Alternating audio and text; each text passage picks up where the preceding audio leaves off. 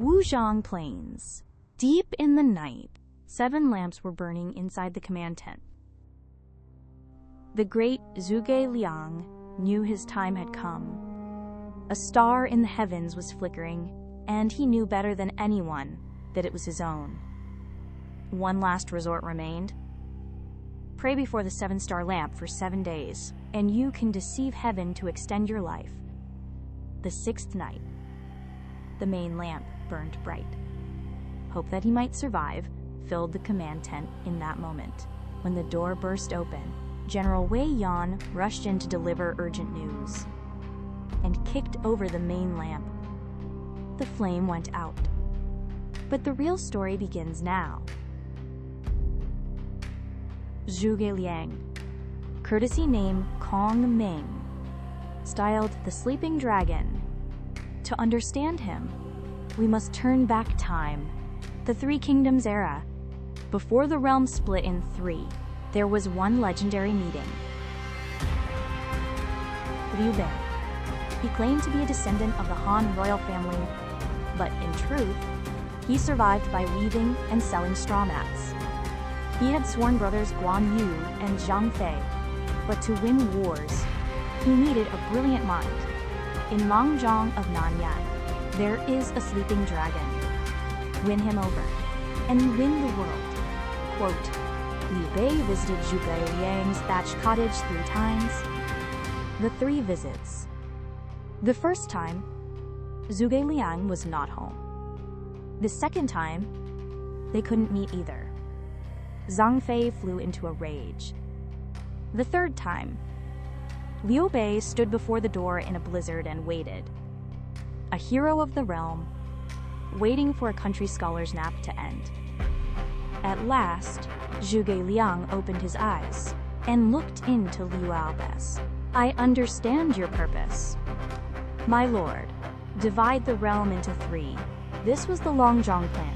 With Cao Cao holding the north and Sun Quan controlling the east, Liu Bei should seize Jing and Yi provinces to become the 3rd power. Zhuge Liang was only 27 then.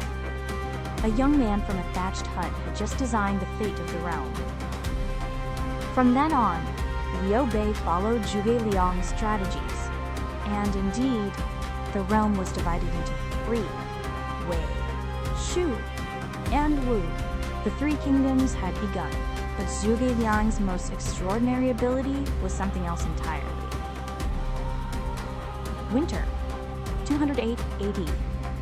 Cao Cao marched south with an army of 800. 000. His ambition, to unify all under heaven. The combined forces of Liu Bei and Sun Quan barely reached 50. 000. The numerical disadvantage was hopeless.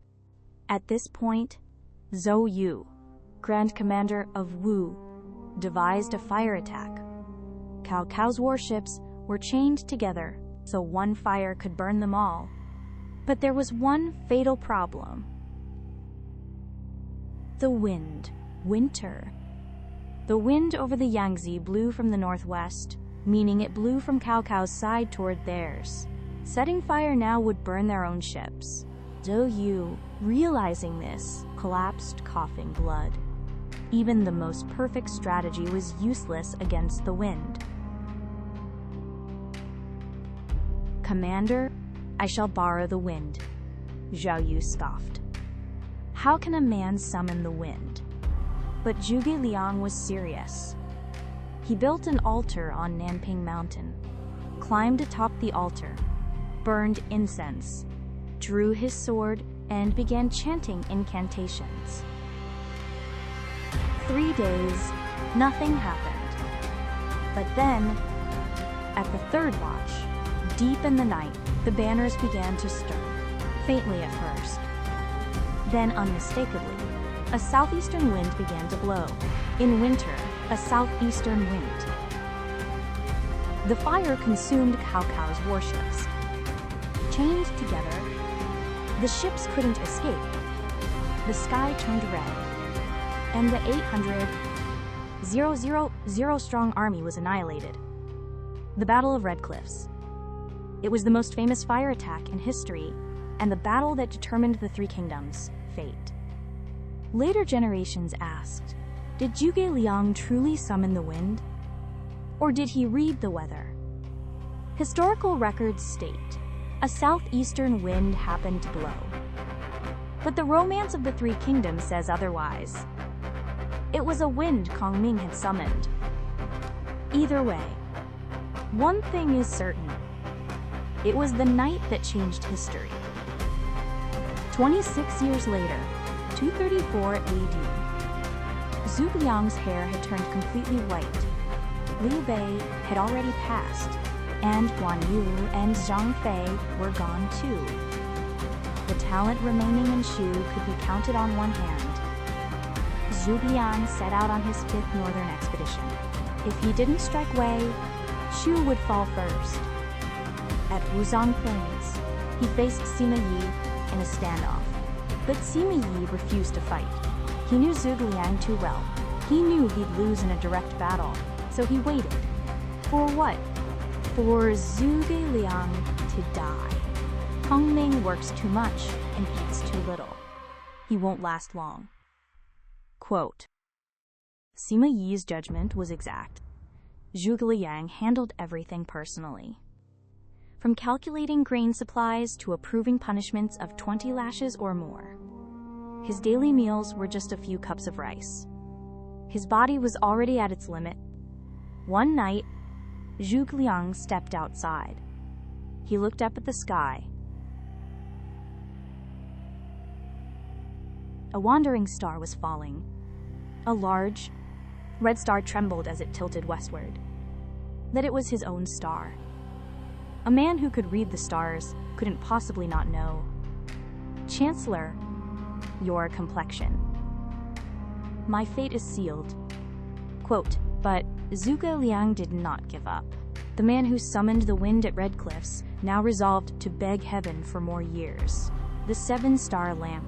7 large lamps and 49 small ones are lit. With one soul placed in the central main lamp. If the flames don't go out for 7 days, one gains 12 more years of life. A secret art. Jiang Wei. Seal the door and let no one in. No food. No water. Inside the tent, 7 lamps were lit. 1 day passed. The lamps burned on. 2 days. 3. 4. Zhuge Liang loosened his hair, gripped his sword, and chanted through the night. The 5th day, Zhuge Liang's face began to regain its color. The 6th night, the main lamp burned brighter than ever. Hope swelled in Jiang Wei's chest. Then, boom. Boom. Boom, boom, boom. Night raid. The enemy has launched a night attack. Wei Yan came rushing in. The tent door burst open, and the outside wind surged in. Wei Yan's armor brushed against the main lamp. The flame went out. Jiang Wei drew his sword to cut down Wei Yan. Zhuge Liang stopped him. Enough. This is heaven's will. No man can change what is destined. Zhuge Liang stared at where the lamp had been. A thin wisp of smoke curled upward. The man who summoned wind at Red Cliffs 26 years ago had now lost everything to a single gust of wind. Zhuge Liang accepted his death, but he did not crumble. In his remaining time, he arranged everything. He passed down military strategies to his successor, planned the army's retreat route, and left one final stratagem. When I die, do not announce it immediately. Carve a wooden figure in my likeness and seat it on a chariot. Then retreat slowly. Chancellor, if Sima Yi pursues, turn the chariot to face him. He will surely flee. Autumn, 234 AD. A star fell over Wuzhang Plains. Zhuge Liang, age 54. Sima Yi saw that star. Kongming is dead. He immediately led his army in pursuit. The enemy he'd feared for 26 years was gone. Now was the perfect chance to annihilate the Shu army. When the Wei army caught up to the Shu rearguard, the Shu army suddenly changed direction. Banners unfurled as a chariot emerged from the front. Seated upon it, holding a feathered fan, was Zhuge Liang. Sima Yi's face went white. "Kong Ming is alive!" Exclamation mark. He faked his death. It's a trap. Retreat. Full retreat. Quote, Sima Yi fled 50 li without stopping. He didn't even notice his helmet falling off. The great Sima Zhangde, terrified by a wooden puppet. Only later did he learn the truth, and he smiled bitterly. I can fathom the plans of the living, but I cannot fathom the plans of the dead. A dead Zhuge Liang routed a living Sima Yi.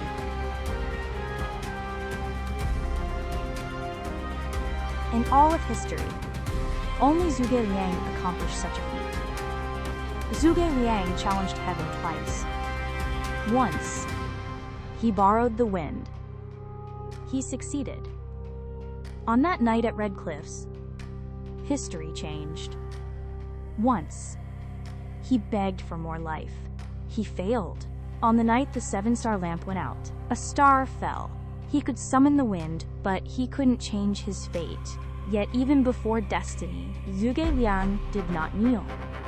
Even after death, he deceived the enemy, saved his allies, and designed the perfect retreat to the very end. Heaven's will cannot be altered by human hands. Zhuge Liang himself acknowledged this when the 7-star lamp went out. But wisdom transcends even death. The man who divided the realm into 3 in life defeated an army of 100, 000, even in death. Du Fu wrote, he presented his memorial, but before his cause prevailed, he passed away. Down through the ages, heroes have wept upon their collars reading it. Quote, even 800 years later, people still visit the Wuzhang Plains. Before the extinguished 7-star lamp, they bow to one man's tenacity and wisdom. The star fell, but its light has not yet gone out. That's all for today's story. In the next episode, we'll tell the tale of Huineng, the illiterate woodcutter who became the 6th patriarch of Chinese Buddhism. What is enlightenment? We'll explore that question. If you found this story interesting, please subscribe and like. We'll keep bringing you mysterious tales of the Eastern classics. Stay tuned.